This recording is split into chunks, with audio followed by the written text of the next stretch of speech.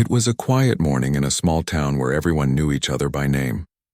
The air was calm, the streets still half empty, and the sound of birds filled the space between houses. It was the kind of peaceful start that made people feel safe, where nothing ever seemed to go wrong. In one of those houses on a narrow street lined with old trees, lived a woman named Lena. She was known in the neighborhood as someone simple and kind. She lived alone, worked hard, and always greeted everyone with a polite smile.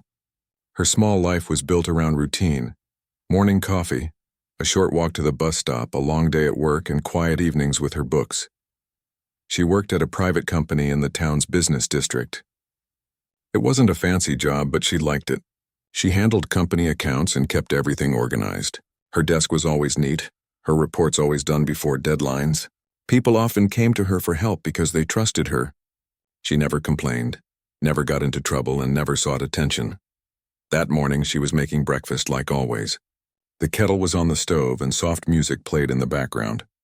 She had no idea that within minutes her entire life was about to change. It started with the sound of cars outside, loud engines, doors slamming, and heavy footsteps. She looked out the window and froze. Several police cars had stopped right in front of her gate. Neighbors peeked from behind their curtains, whispering. Her heart began to race. A loud knock echoed through the house. "Miss Lena?" a deep voice called. "Police. Please open the door." Her hands shook as she walked toward the door. Her mind was spinning. Police, why? She hadn't done anything wrong. Maybe it was a mistake or they were looking for someone else. When she opened the door, 3 officers stood there. One of them held a file in his hand. The other 2 looked serious. The officer with the file stepped forward and said, "Miss Lena, we have a warrant for your arrest on suspicion of corporate theft and fraud." The words hit her like a physical blow.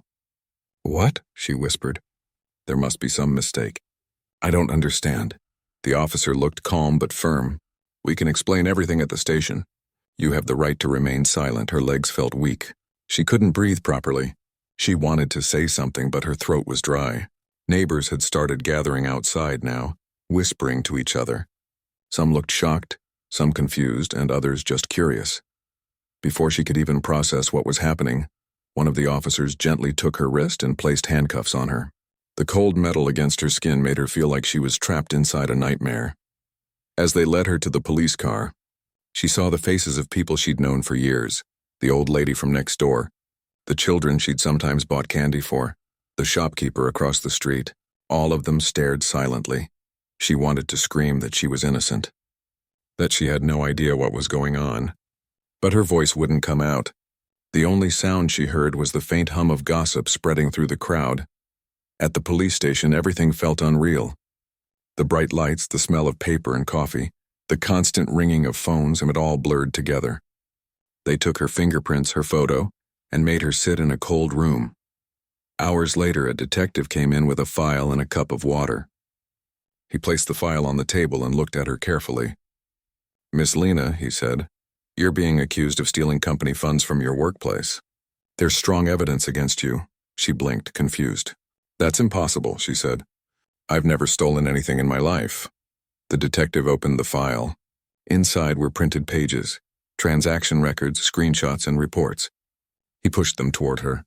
"These transactions were made using your employee account. All funds were transferred to a private account under your name." She stared at the papers, her hands trembling. The numbers meant nothing to her. The words blurred. "This can't be true," she whispered. "I didn't do this. Someone must have used my account." The detective leaned back in his chair. "You're saying you've been framed?" She nodded quickly. "Yes, please, you have to believe me." He looked at her for a long moment, his face unreadable. Then he sighed. "That's not for me to decide. You'll have your chance to explain in court." When they finally let her make a phone call, she had no one to call except an old co-worker, a kind man named Aaron, who had always been supportive. He sounded shocked when he heard her voice. "Lena, what's going on? The company is saying you stole thousands from the main account." She could barely speak. "I didn't, Arun. I swear I didn't. I don't even know how this happened." He was quiet for a moment, then said softly, "Stay strong. I'll try to find out what's really happening." The next morning, the news had already spread everywhere. Her picture was on the local paper, and social media was filled with posts about her. People were calling her a thief, some even making up stories about her lifestyle. At work, her co-workers were divided. A few believed her, but most didn't. She seemed too perfect, one woman said in a video clip. Maybe she was hiding something. Lena saw that video on the small TV in her holding cell and it broke her heart. By the afternoon, she was released on bail. A friend helped her get home, but when she reached her street, the neighbors' eyes followed her again. The same people who once smiled at her now looked at her with suspicion. She sat inside her home, staring at the walls, trying to make sense of it all. The papers from the police were still on her table. Her name was written everywhere. On the reports, the bank documents, the emails. She picked them up, studying every line, but nothing made sense. She had no idea how any of this had happened. She didn't even have access to some of the systems shown in the files. That night, she didn't sleep. Every time she closed her eyes, she saw flashing lights and heard the sound of the handcuffs. She kept wondering who could do this and why. The next day, her lawyer came to meet her. He was an older man, calm and thoughtful, with sharp eyes that noticed everything. "Lena," he said gently, "the case looks bad right now. The evidence is stacked against you." She nodded silently. "But I've seen things like this before," he continued. "Sometimes the truth is buried under very clever lies. Tell me everything. Every detail about that night." She took a deep breath and told him everything. How she was at home that night working on her old laptop. How she never went near the office after hours. How she received strange emails from the IT department a week before it happened but thought nothing of it. The lawyer listened carefully, writing notes. Then he looked up and said, "We'll start there." Those emails might mean something. For the first time in days, she felt a small spark of hope. Maybe there was still a way to clear her name. Outside, however, the world had already made its judgment. Reporters were waiting near her street, shouting questions every time she stepped out. "Did you really do it? Were you alone? How much money did you take?" She didn't answer any of them. She kept her head down, walked past the cameras and went to meet her lawyer again. He had already started gathering files, talking to tech experts, and reviewing her company's digital logs. "Someone went through a lot of trouble to make this look perfect," he told her. "But mistakes always leave traces. We just have to find them." Lena looked at him and nodded slowly. "I'll do whatever it takes," she said. He gave her a reassuring smile. "Good, because once the truth comes out, they'll realize they picked the wrong person to blame." That night, as she sat by the window, the street outside was quiet again. The same street where everything had started. But now the peace felt different. It was fragile, uncertain. She looked at her reflection in the glass. Tired eyes, pale face, but still holding on. She whispered softly to herself, "I didn't do anything wrong. And I'll prove it." And I'd awake again, unable to rest, playing every possible outcome in her mind. Her lawyer, Mr. Ray, arrived just before the sea. When she reached home, she sat in the dark for a long time. Then she opened her notebook and began writing everything she could remember. Every small detail about the weeks before the theft. Every odd message, every unusual meeting. She didn't know it then. But those notes would later help her lawyer uncover the truth. A truth that would shock everyone in court. For now, all she could do was wait. Wait for her name to be cleared. For people to see her as the person she truly was, not the criminal they thought she had become. And somewhere deep inside, beneath all the fear and exhaustion, she promised herself one thing. Whoever had done this to her would not win. Not this time. The morning of the trial arrived with heavy clouds hanging over the city. Lena stood by the courtroom steps, her heart beating fast, her palms cold. She had spent session began. He looked calm as always, holding a thick folder under his arm. "Take a deep breath," he said gently. "Today is important, but remember, truth has its own timing. Just stay honest." She nodded silently. "Do you think they'll believe me?" He gave her a small smile. "They will, but we'll have to make them see what's really happening." Inside the courtroom, the air felt tense. The wooden benches were filled with people, reporters, co-workers, and strangers who had followed her case from the beginning. Camera flashes went off as soon as she entered. She tried to ignore them, focusing only on the floor beneath her feet. The judge entered, and everyone stood. Then the trial began. The prosecutor started first. His voice was sharp and confident. He walked across the room, showing charts, documents, and video stills. The accused, he said, pointing toward Lena, had complete access to the company's internal system. She had motive, opportunity, and knowledge of the financial process. Every piece of evidence links directly to her. He showed the court the same security footage, a woman entering the office late at night using Lena's ID card. The angle wasn't clear, but the figure's height and build matched hers. Then came the emails, the transaction logs, and the bank deposit. Everything fits, the prosecutor continued, turning toward the judge. There's no mistake here. She knew exactly what she was doing. Lena sat quietly beside her lawyer. Each word felt like another weight pressing down on her. But she didn't cry. She just stared at the table in front of her, her jaw tight, her mind replaying every little detail she could remember. When the prosecution finished, the judge turned to the defense side. You may proceed. Mr. Ray stood up slowly. He straightened his coat, picked up a few papers, and walked to the center of the room. Your Honor, he began in a calm voice, the evidence looks perfect. Too perfect, but real life is never that clean. Sometimes the neatest story hides the biggest lie. The courtroom fell silent. He continued, My client has worked at that company for years without a single complaint. She had no reason to steal. But someone wanted it to look like she did. And they did it carefully, very carefully. He paused and looked at the prosecutor. May I show the court something unusual in this evidence? The judge nodded. He turned toward the screen where the footage had been played earlier. Let's look again at this video, he said. Please notice the clock in the top corner. The video played once more. This time the courtroom watched closely. The figure entered the office, walked down the hallway, and disappeared through the glass door. Now, Mr. Ray said, pause it at frame 52. The technician froze the footage. Mr. Ray pointed at the timestamp. Do you see that? The clock jumps from 11:46 to 11:48 in one frame. 2 minutes are missing. Why? The prosecutor frowned. That could just be a recording error. Mr. Ray smiled slightly. Could be. But the same error appears on 3 other cameras, all at the same time. And guess who manages those cameras? The IT department. The same department that sent my client a fake verification email a week before the theft. A wave of murmurs spread across the courtroom. Reporters started writing quickly. The judge leaned forward.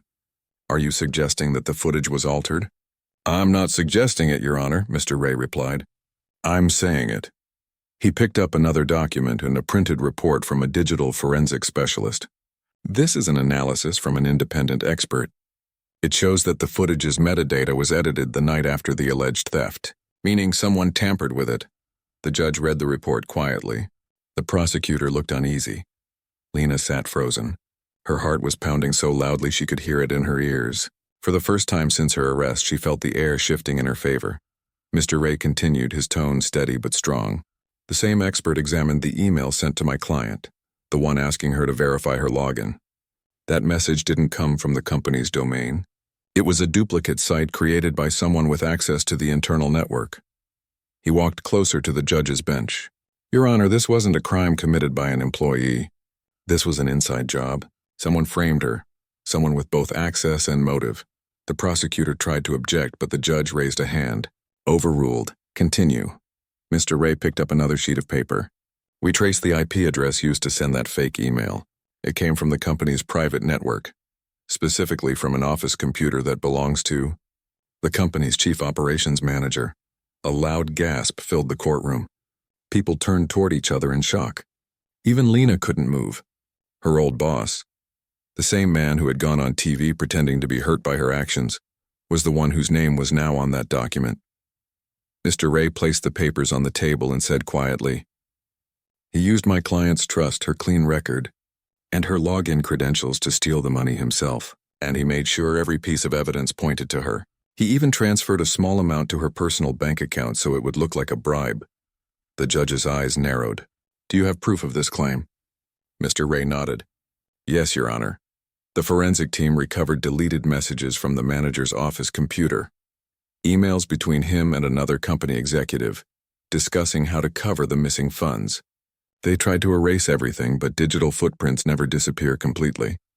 He clicked to show the recovered emails on the screen. The courtroom went silent again. The words were clear, Messages about transfers, hiding the trail, and making her account the fallback. Lena couldn't hold back her tears anymore. They weren't tears of sadness, but of disbelief. After everything, the humiliation, the loneliness, the endless nights of fear, the truth was finally standing in front of everyone. The prosecutor looked shaken now. He asked for time to verify the documents. The judge agreed, but reminded both sides that the evidence presented by the defense appeared credible. When the hearing ended that afternoon, Lena walked out of the courtroom with shaky legs. Outside cameras flashed again, but this time she didn't hide her face. Reporters shouted questions. "Did you know it was your boss? How do you feel now that new evidence has come out?" She didn't answer any of them. She just looked up at the sky. For the first time in months, it didn't feel so heavy. Later that evening, she sat with Mr. Ray in his office. He poured her a cup of tea and said softly, "We're not done yet. The next session will decide everything, but now the truth is on the surface. The court has seen that you were framed." Lena nodded, still trying to take it all in. "I trusted him," she said quietly. "I really did." Mr. Ray gave her a sympathetic look. "That's why it worked. People like him count on trust to hide their lies. But lies eventually leave cracks." She looked down at the documents on his desk. Her name, the timestamps, the data reports. All the things that had once been used to destroy her were now the same things proving her innocence. As she left his office that night, the city lights shimmered in the distance. The noise of traffic, the hum of people talking, everything felt more alive, more real. She realized how much she had missed feeling like a normal person again. When she got home, she opened her old notebook, the one she had used to write every small detail she could remember. She flipped through the pages and smiled faintly. Those notes written in fear had helped her lawyer find the clues that changed everything. Still, she knew it wasn't over. The trial wasn't finished yet. The next hearing would bring the final verdict, and the truth about her boss's involvement would be tested in full view of the law. But that night, for the first time in months, she slept deeply. No nightmares, no police lights, no whispers, just peace.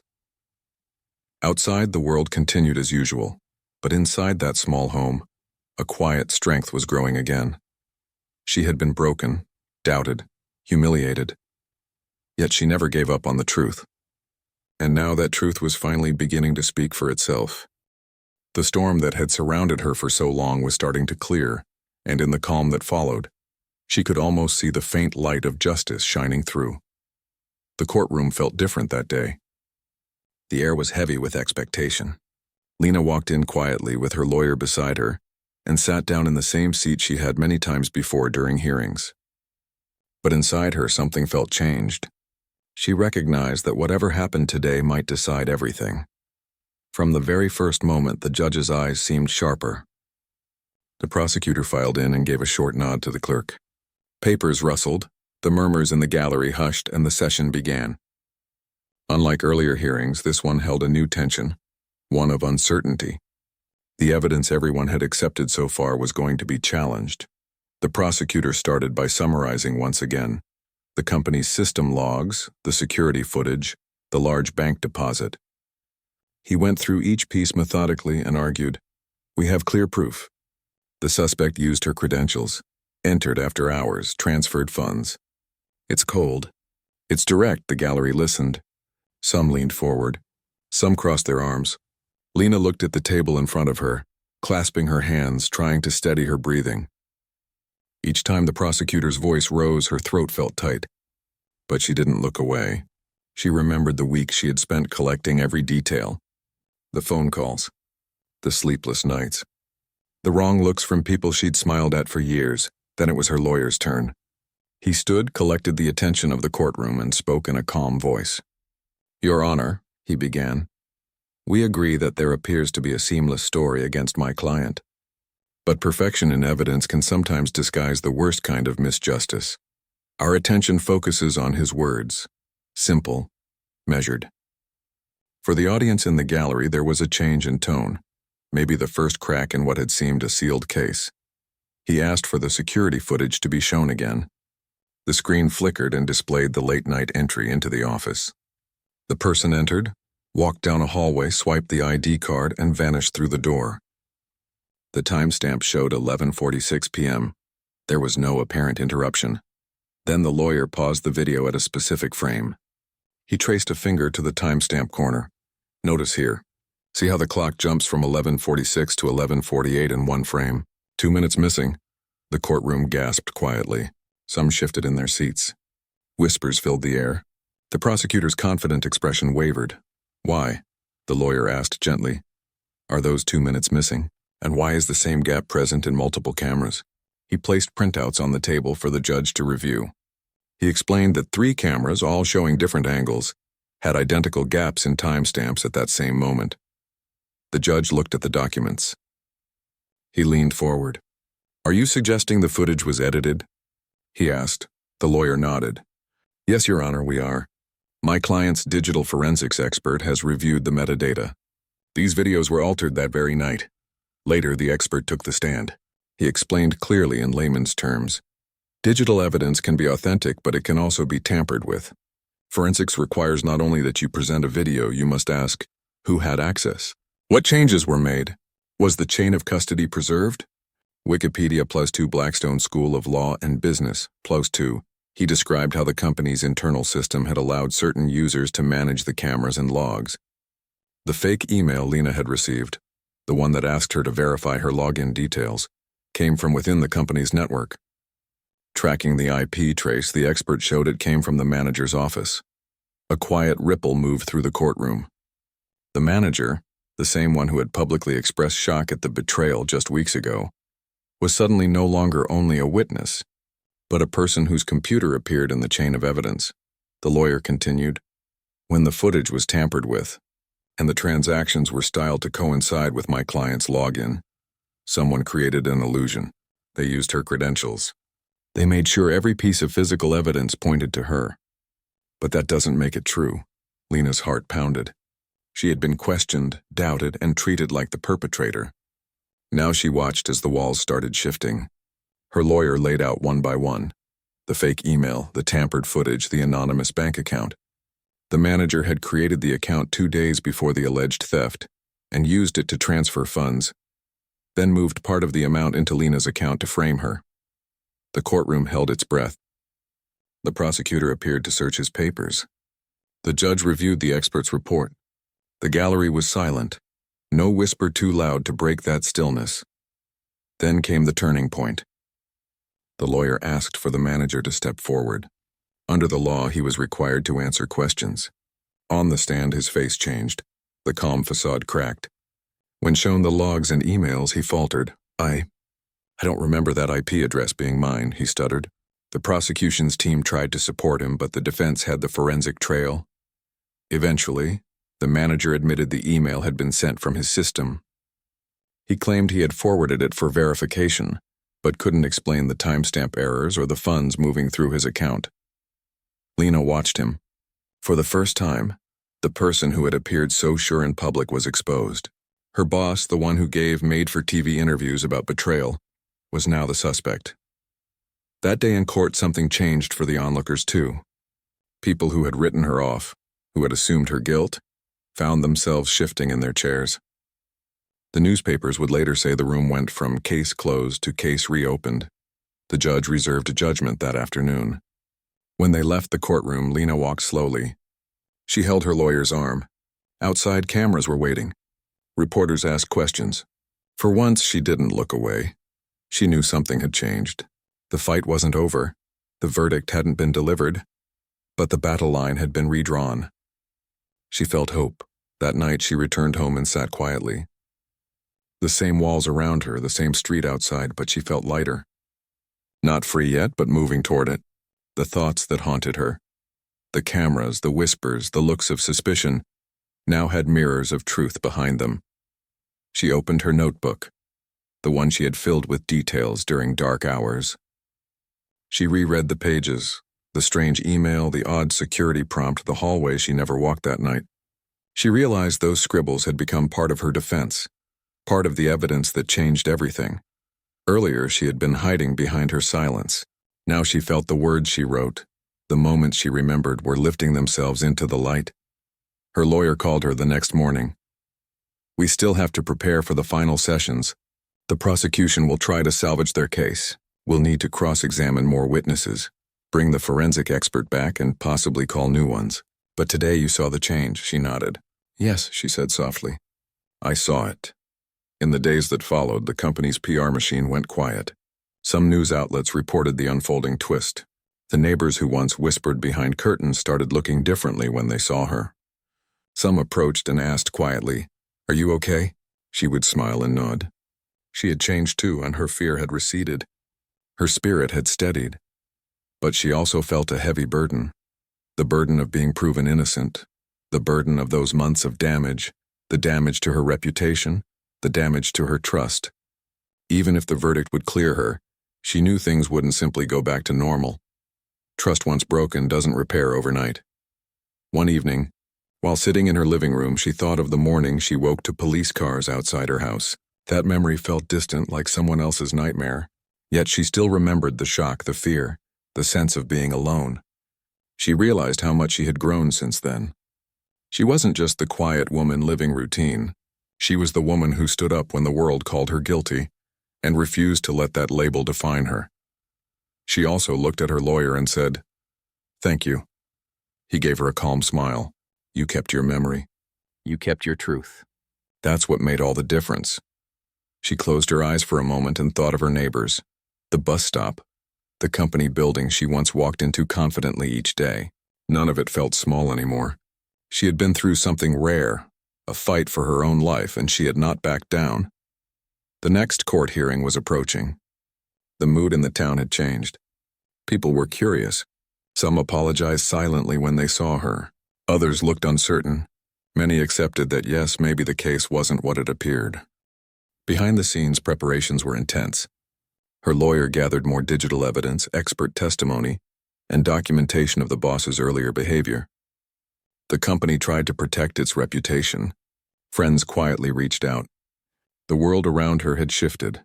That night, as she closed her notebook and turned off the light, she felt a strange peace. She was still in the storm, but she was no longer the victim waiting to be swept away. She was a person standing in the wind, feeling it, and choosing to keep standing. And she knew, whichever way the verdict went, she had already changed, because sometimes the big moment isn't when the judge says guilty or not guilty. The big moment is when the person who was blamed finds their voice again, and the truth begins to speak. And in that moment, everything looked just a little brighter. When the final morning of the trial arrived, the light outside was pale and weak, like a day still recovering from too many storms. Inside the courtroom, the chill of expectation had settled deeply. Everyone knew this was the moment, not just a verdict, but a life-changing. She stepped into the room, still carrying quiet strength. The months of fear, the heavy stares, the endless nights of worry. They all felt like a distant river now, one she had crossed but still remembered every stone. Her lawyer sat beside her, calm as always, his folder closed but his eyes sharp. The judge entered, robes rustling. The prosecutor rose, opened his briefcase, and glanced at the rows of faces in the gallery. Among them were friends who had stood by her, strangers who had watched from afar, and even people who had once believed she was guilty. The judge spoke. "We have reviewed the new evidence presented by the defense. We have heard testimony. We have seen the digital forensic report. Now I will render the decision." The air held its breath. She looked at her lawyer. He gave her a small nod, an anchor in the storm. She thought of her own journey, the woman who walked those first police steps, the nights when she couldn't sleep, the days when people looked at her like she was the other side of who she used to be. The judge paused, then said, "In light of the evidence, the court finds the defendant not guilty." Time stopped. Her heart pounded. Silence before the echo. Then a slow wave of relief rolled through the room. She felt heat flood her cheeks, tears blur her vision. But she didn't stand right away. She stayed seated, clutching the arms of her chair, letting the sound of the word, "not guilty," sink in. Her lawyer exhaled quietly. He placed his hand over hers just once and gave a small smile. The gallery filled with soft sounds of movement, some gasps, some claps, some people wiping tears. Her friends rushed to embrace her. Some coworkers she thought had given up on her were there too, hugging and whispering apologies. Outside the courtroom, reporters gathered. They flashed cameras and shouted questions. She walked out slowly, the sunlight strong in her face. For the first time in many months, the world looked different, brighter, less hostile. One of the reporters asked, "How do you feel?" She paused. Then she said, her voice quiet but firm, "I feel like I can breathe again. And I hope people remember. Justice isn't only about being right. It's about truth being seen." Later, she sat in the company of close friends, away from cameras and microphones. She drank tea, laughed softly at things that had once seemed impossible. She talked about how she would go back to work, how she would rebuild trust, but more than anything, how she wanted to live simply, kindly, quietly. Still, part of her knew the world had shifted. What had happened to her would always be a part of her story. She thought often of the street outside her home when the police first arrived, the whispering neighbors, the media flashes. She wasn't the same person who had opened the door that morning. She had grown, hardened maybe, but here in this moment softened again by relief and hope. She resumed her job and things were awkward at first. Some people apologized softly. Some avoided looking at her. But slowly the routine returned. The commute, the early coffee, the spreadsheets and meetings. Only now she carried something new, a quiet confidence. Not the loud kind, but the solid kind that comes from having walked through fire and choosing to keep going. Her relationship with her lawyer changed too. He didn't just become a person who defended her. He became someone she knew she could trust implicitly. One evening they walked through the city park, leaves drifting down, and she told him, "I couldn't have done this without you." He smiled and said, "You did it. I just helped you remember who you were." She thought about the person who had framed her old boss. He had been removed from his position, investigations were underway, and the company had to face its own issues. She didn't feel anger toward him anymore. Instead, she felt pity for someone who used someone else's life for his own gain, and a deep relief that she no longer had to live under his shadow. There were moments of awkwardness too. Whenever she passed the office foyer, people looked at her differently. Sometimes she heard hushed conversations. "Oh, you're the one who was cleared." She stopped trying to hide from it. She decided she would speak little, listen more, and let her work speak for itself. She found peace in the routine again. In the quiet nights, she sat by her window and thought of the person she used to be, the one who answered the knock with shaking knees. She remembered then how she had felt hopeless, and she smiled softly because that person was still inside her, but above her now, whole, stronger, and ready for life. Eventually, she signed up to help a small initiative at the company, mentoring younger staff on ethics, trusting systems, and being vigilant. She didn't advertise it. She just showed up quietly. She told them, "Stay humble, stay honest, but also stay aware." Her story became a lesson in every way they didn't talk about in orientation videos. One afternoon, walking past the bus stop she used every day, she paused and noticed a younger woman looking at her curiously. The young woman smiled and said, "I heard about what happened. It must have been hard," she said. "It was. But it also showed me something. That the truth matters more than any fear you feel." The young woman nodded. "Thank you for staying strong." That small interaction stayed with her longer than any headline. It reminded her that sometimes the people you most touch aren't the ones watching you on TV, but the ones quiet enough to listen when you speak from your heart. Years later, she took a different path. She left the company and started working for a nonprofit that helped people who had been falsely accused or lost jobs unfairly. It wasn't easy. It didn't pay as well. But it felt right. She said to herself, "If I can walk through this, maybe I can help others walk too." Her old life and her new life coexisted. She didn't erase one for the other. She kept the memory of the arrest, the courtroom, the long nights, and she kept the memory of the truth finding its way. It was like a wound that had healed but left a scar, a mark of a past that reminded her how fragile trust is, and how precious it is to keep it.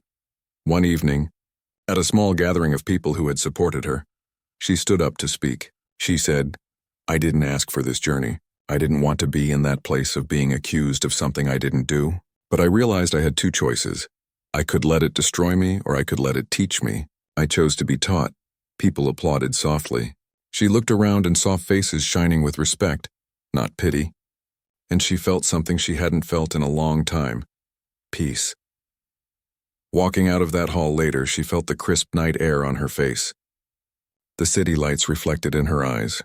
She thought of the journey, the moment the knock came, the evidence, the trial, the truth. She thought of the woman she was before and the woman she had become. And she realized that someone else's plan to break her had actually changed her in a way that nobody except her ever fully saw. In the end, the crime she never committed became the turning point for a life she could now live freely. She liked to think now that the people who judged her didn't hate her, they just didn't know her.